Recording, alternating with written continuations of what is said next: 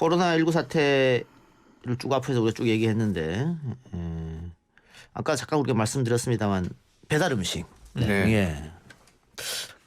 배달비를 좀 따로 받잖아요. 맞아요. 물론 뭐 배달원을 두면서 장사하시는 분도 계신데 뭐 중국집 같은 경우에 거기는 뭐 동네니까 문제가 없는데 항상 이 배달 팁이 따로 이렇게 있더라고. 근데 이게 좀 올라간다는 얘기가 있어요. 그러면 어떤 데는 보니까 네. 배달 팁이 4,000원씩 되는 경우도 생겨요. 네. 있습니다. 그러면 배보다 배꼽이 더 큰 그렇죠, 그럴 수 그렇죠. 있잖아요. 네, 네.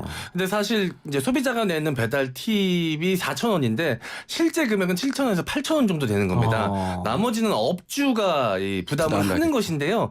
이게 보면은 기본적으로 기초 주문 금액이라는 게 있습니다. 맞아요. 기본 주문 금액. 그래서 15,000원에서 2만 원 정도를 기본적으로 구매를 해야 되는 거예요. 소비자 입장에서는 아니 내가 배달 팁도 내는데 왜 기초적으로 시켜야 되는 주문량도 정해져 있지라고 불만을 가지실 수가 있는데 업주 입장에서는 그 4,000원의 배달 팁을 또 업주가 부담을 해야 되기 때문에 기본 마진이 떨어져야 되는 겁니다.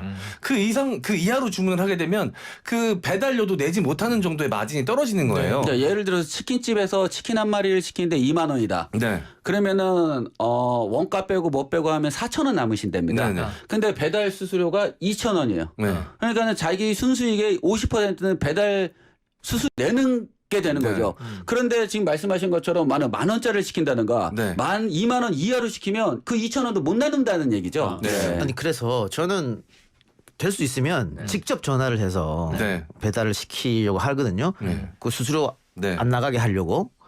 근데 배달이 훨씬 편하잖아요. 네. 편하고 결제도 그냥 알아서 다 되고 거의 네. 얼굴 안 마주쳐도 되고 이러다 보니까 직접 전화보다는 앱으로 많이 시킨다. 근데 이게 앱이 커지면 커질수록 그 자영업자들 수수료는 더 커질 수밖에 없는 것이고 네.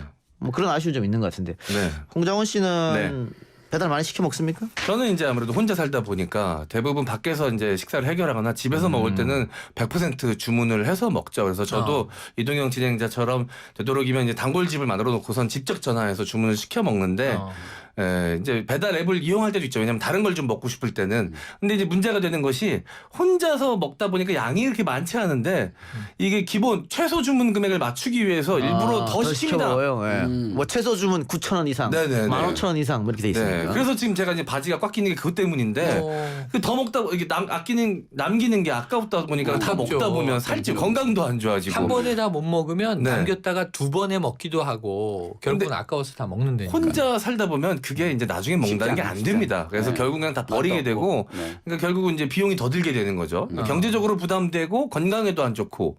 네. 그리고 업주 입장에서는 업주분들도 사실 배달비가 올라가니까 남는 거 별로 없고 과연 누가 과연 여기서 이제 이윤이 생기는 것인가 라는 생각이 좀 듭니다. 아니 그러니까 지금 여기 배달 어플 수수료를 보니까 가장 많이 사용한다는 배달의 민족 네. 이게 수수료가 중개 수수료가 6.8% 네. 그 오픈리스트일 경우에 네. 플러스 신용카드 수수료 3.3% 10%네. 네. 네. 여기다가 부가세 따로 또 있습니다. 부가세 10%. 그다음에 소득세까지 합하면 총 그 가격의 25%가 일단 빠지고 계산을 그다음에 해야 된다. 25%가 계산이 되고 그다음에 75%로 식당에서는 식당에서 거기서 하는 거다. 원가, 인건비, 임대료, 그다음에 뭐 임대료, 공과금 그렇지. 다 내야 되는 거죠. 그러니까 남는 게 없다. 적자다 이렇게 보시면 됩니다. 그렇게 하다 보니까 배달료도 인상될 수밖에 없는 문제가 생기고 이거 뭐 제주는 누가 부리고 네. 돈은 누가 먹는다고. 그래서 오늘도 제가 뭐 정책 모임에서 그런 얘기를 드리고 왔는데 제로페이가 좋은 거잖아요. 네. 그러니까 수수료를 없애는 거잖아요. 그래서 이제 소비자와 이 소상공인이 서로 윈윈할 수 있게 해준다는 건데 안 쓰잖아요. 문제는. 네. 이 신용카드 쓰잖아. 포인트도 있고 마일리지도 있고. 근데 이게 공공 배달 앱을 만들 예정이잖아요. 네. 그런데 이것도 좋은 걸 알아요. 지금 얘기한 수수료 문제가 대폭 해소가 돼. 근데 문제는 이게 소비자 입장에서 들어갔는데 메뉴가 없어. 그러면 안 쓰게 되잖아요. 네. 그러니까 이게 문제예요. 제가 보기에. 저도 그래가지고 뭐 이따가 또 얘기를 하겠지만 공공 배달 앱은 지금 해요. 이따가 해. 네. 지금 하겠습니다. 네. 공공 배달 앱은 성공하기가 쉽지 않다. 소비자들 입장에서 생각을 해줘야 되는데 첫 번째는 편리성이 떨어진다. 지금 군산에 아시겠지만 처음으로 해서 배달의 명수 군산상고의 역전의 명수를 따서 이제 배달의 명수라고 해서 처음으로 이제 오픈을 했는데 맨 처음에는 막 주문이 주문량도 있었어요. 있고 뭐 매출도 올라갔습니다. 근데 지금 와서는 매출이 계속 떨어지는 아, 그래요? 입장이거든요. 예, 이게 그래서 주기적으로 업데이트도 해야 되고 네. 보완도 해야 되고. 근데 그러니까 민간업체를 공공기업이 그렇죠. 따라갈 수가 없는 거예요. 민간업체를 따라갈 수가 없죠. 그렇죠. 그다음에 그래서 편리하지 않은 거야. 예, 그다음에 또 한 가지는 뭐냐면 과연 나한테 혜택이 뭔가. 예를 들어서 배달의 민족이라든가 다른 데서는 뭐 20% 할인, 10% 할인, 뭐 쿠폰도 쿠폰도 주고. 나눠주고 이렇게 하는데 적립도 되고. 예, 적립도 되고 하는데 이 과연 공공 배달앱이 그걸 따라갈 수 있느냐? 없습니다. 그러면 결과적으로 그 애국심이나 그다음에 뭐 그런 거에 호소를 해야 되는데 공익적 마인드. 예, 공익적 마인드에 호소를 했는데 그게 언제까지 가능하느냐? 이거는 쉽지 않다. 그래서 제2의 공공 배달 앱은 제2의 제로페이가 될 수도 있다라는 생각이 있습니다. 아이고 저는. 아쉬워. 자, 그러면 홍장원 씨가 네. 이 배달료 네. 소비자들이 낸 배달료가 누구한테 얼마나 가는지 간단하게 정리해 주세요. 네, 알겠습니다. 일단 배달 시장의 구조를 좀 설명을 해드려야 될 것 같습니다. 이 소비자가 배달 주문 플랫폼을 통해서 주문을 합니다. 이러면 식당에게 그 정보가 전달이 되죠. 그럼 식당은 이제 배달 대행 플랫폼에다가 이 배달 대행을 시키는 겁니다. 그럼 여기서 또 수수료가 발생이 되는 거죠. 이 식당 입장에서는 이미 배달 주문 플랫폼을 이용하면서 수수료가 발생이 되고 그리고 배달 대행 플랫폼을 이용하면서 또 수수료가 발생이 되는 겁니다. 그러면 이제 배달 대행 플랫폼은 이 전 지역을 대상으로 하기 때문에 다 운영이 힘듭니다. 그럼 또 아웃소싱이 또 들어간 겁니다. 밑에 또 하청업체가 또 있죠. 지역 배달 대행사로 또 다시 전달이 됩니다. 여기서 또 수수료가 발생이 되는 것이죠. 그리고 또 이제 배달원에게 이제 전달이 됩니다. 배달원이 기본적인 인건비를 또 가져가야 되는 구조인 거죠. 가져가야죠. 네, 그렇게 해서 배달원을 통해서 소비자에게 전달이 되는 겁니다. 자, 이런 구조로 일단 이루어져 있는데요. 예를 들어서 18,000원짜리 치킨 한 마리를 비 오는 날 심야에 3km 정도 떨어진 곳에서 배달을 시켰을 경우에 배달비가 총 7,500원입니다. 자, 기본료가 3,500원이고요. 여기에 기본 거리 제외한 1km 정도가 기본 거리니까 여기에 추가되는 2km에 대해서 100m당 100원씩 총 2,000원이 추가가 됩니다. 그리고 심야 할증 1,000원, 날씨 할증, 그러니까 비가 오거나 날씨가 굳으면 또 날씨 할증이라는 게 붙습니다. 그래요? 네, 그래서 날씨 할증이 1,000원이 또 붙습니다. 그러니까 소비자들은 총 7,500원의 배달비 가운데 7,500원의 배달비 가운데서 통상 2,000원에서 3,000원 정도를 부담하게 되고요. 많게는 5,000원에서 6,000원까지 부담하는 경우까지 그럼 생기게 되는 겁니다. 배달앱을 이용해서 제일 싸게 시키려면 낮에 네, 그 비가 안 오는 날에 시켜야 되겠네요. 네. 그러니까 거의 이제 직업이 없으신 분들이나 예, 집에서 자가격리 중이신 분들이 근데 아니면 쉽지 이게 않죠. 야밤에 비가 비슬비슬 내리면 또 뭔가 먹고 싶어져요. 먹고 싶죠. 그때 빈대떡이라도 뭐, 부쳐 먹고 싶고. 족발이든 네. 뭐든 예, 족발도 땡기지. 생각나고. 네. 그렇죠. 예. 근데 그러니까 제일 비용이 안 드는 건 간단해요. 네. 제 발로 움직여서 네. 동네 맛집 가서 사다가 먹는 거야. 그러니까 조금 번거로우시더라도 좀 걸어 나가서 그렇지. 포장을 해서 갖고 오시는 게 가장 좋은데 이게 또 굉장히 귀찮은 일이거든요. 근데 쉽지 우리나라는 않죠. 또 이 배달이라는 게 정말 편리하거든요. 네네. 그러니까 저는 이게 기본 주문이 왜 이렇게 비쌀까 싶은 게 네. 우리가 흔히 쓰는 온라인 쇼핑몰에서 제가 몇 달 전에 발 뒤꿈치에 각질이 생겼어요. 그래서 각질을 다듬는 뭐 줄 같은 게 있지 않나? 예. 그리고 쳐보니까 엄청 많아요. 네. 근데 그중에 제일 좋아 보이는 걸 1,800원짜리를 주문했다고요. 네. 근데 배달료, 배송료가 2,500원이잖아요. 네. 그래서 제품은 1,800원인데 만족도가 너무 높아. 배보다 배꼽이 더 커. 그래서 이걸 써보고 좋으면 내가 식구 누구한테 나눠줘야지. 그리고 2개 샀어요. 네. 3,600원어치. 네. 그게 자존심이야. 네. 배송료보다 더 비싸다. 제품값이. 그죠. 이런 이상한 의무감이 네, 드는 맞아요. 거지. 그런 경우 되게 많습니다. 그래서 시켰는데 만족이에요. 대만족 가격 네. 대비. 그런데 어쨌든 배송료는 그냥 고정돼 있고 네. 그건 우리가 감수하는 거고 물건이야. 100원짜리 시키든 아니 10만원짜리 이런 것 시키든. 같아요. 네.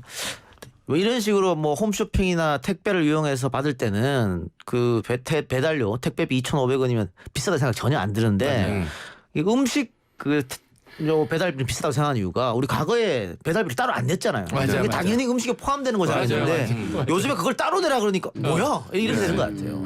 지금 이 상황이 생기기까지 여러 가지 이유들이 과정이 존재를 있었죠. 합니다. 일단 가장 큰 이유는 코로나19 때문에 배달 수요 자체가 늘었다는 것이죠. 폭증했죠. 폭증하면서 이제 배달 라이더들이 숫자가 부족해졌습니다. 그래서 많은 분들이 이 배달 라이더로 전업을 하셨는데도 불구하고 부업이나 이런 식으로 전업을 하셨는데도 불구하고 이제 배달원의 숫자가 모자르다 보니까 이 배달원들, 이 라이더들을 얼마 전에 코로나19 이전에 이 업체에서 다 외주화했거든요. 원래 직고용이 돼 있었습니다. 맞아요, 근데 맞아요. 외주화하면서 이제 자신이 원하는 업체의 배달을 자신이 선택할 수가 있거든요. 라이더분들이. 여러 군데서 콜이 오면 콜이 오면 네, 맞아요. 그러니까 대리운전 하시는 것처럼. 대리운전 기사님들처럼. 그러다 보니까 이제 이 라이더들을 업체에서 끌어와야 되는 겁니다. 먼저 네. 점하는 네. 쪽이 유리한 네, 거죠. 그러다 보니까 시장에서. 이제 배달료를 계속 올리는 거죠. 우리 업체에 배달을 할 경우 배달료를 더 주겠다. 이런 식으로 이제 올라가고 있던 상황에 C사에서 신생업체로 뛰어듭니다. 네. 그러니까 거대 자본이 또 하나 뛰어든 게 된 것이죠. 그러면서 2배, 3배의 배달료를 책정을 했습니다. 그러다 보니까 다른 업체들은 어떡하지? 경쟁을 하려면 더 올릴 수밖에 없는 상황이 된 것이죠. 그러니까 지금 계속해서 경쟁적으로 지금 배달료가 올라갈 수밖에 없는 상황이 되고 만 것입니다. 경쟁은 항상 맞습니다. 가격을 올리죠. 그래서 이제 독과점을 막기 위해서 네. 그 공공 배달 앱이라는 것을 해서 국민들한테 선택지를 좀 한 곳에 더 주면 이 배달료가 좀 더 낮아지지 않을까라는 생각에서 공공 배달 앱을 지금 생각을 하고 있는데 아까 전에 말씀드린 것처럼 그런 편리성과 그다음 혜택 부분 민간 업체를 따라가기 쉽지 않다라는 부분이 있는데 저는 이걸 해결하기 위해서는 결과적으로 소비 패턴을 변화시켜 줄 수밖에 네, 없다라는 인식 개선을 생각을 통해서. 합니다. 옛날에는 다 우리가 직접 가서 먹거나 그다음 물론 지금 코로나 팬데믹 이 네. 시대이기 때문에 상황이기 때문에 배달 많이 시켰지만 그 전에는 직접 가서 먹거나 아니면 직접 포장을 많이 했는데 그럼 이거를 어떻게 해결하냐? 결과적으로는 직접 가고 포장을 하는 것이 배달 시키는 것보다 훨씬 더 이득이다라는 인식을 시켜주는 수밖에 없다. 그러면 좀 이거는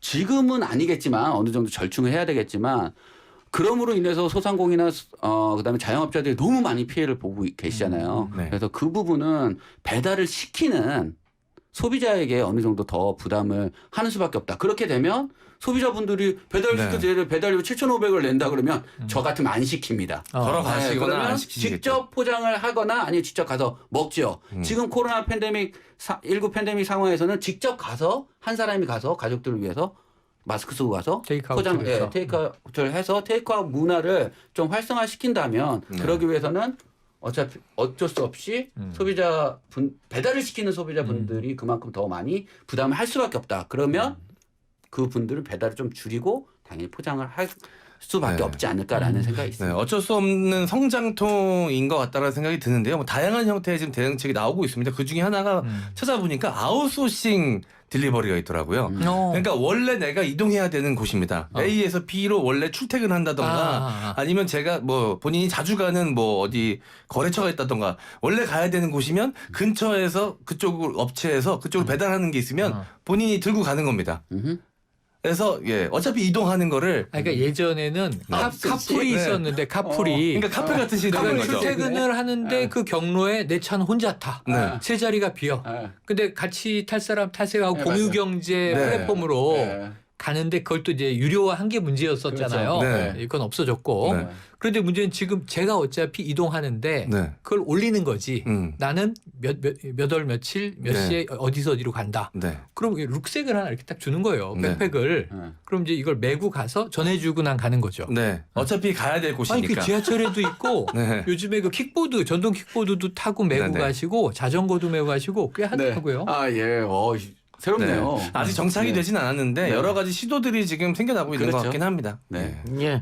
근데 아까 뭐 공공 배달 앱이 대안으로 떠올랐다가 배달의 명수가 주춤하면서 더 이상 대안이 될 수 없다 이런 말이 있었잖아요. 네.